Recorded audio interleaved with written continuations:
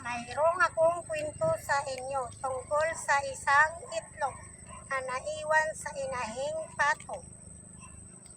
Tik, tik, tik, bumubuklad ang isang itlog at saka dandahan siyang pumalakad.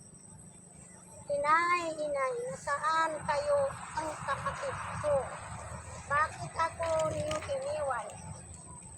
Tuloy na lumalakad si Binibining. Ang puno ng niyog, nakita siya na ibon.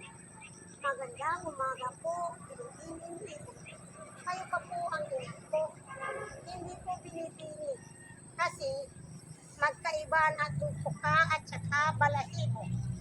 Patuloy na lumalakad si Binibining at malungkot siya. At umiiyak si Binibining pato. Sana kayo ang kapatid ko. Bakit hindi niya ako hinintay? Binibining pato, nandito na yung nanay mo. Dito sa damo. Ika dito, puntahan mo kami ng mga kapatid mo.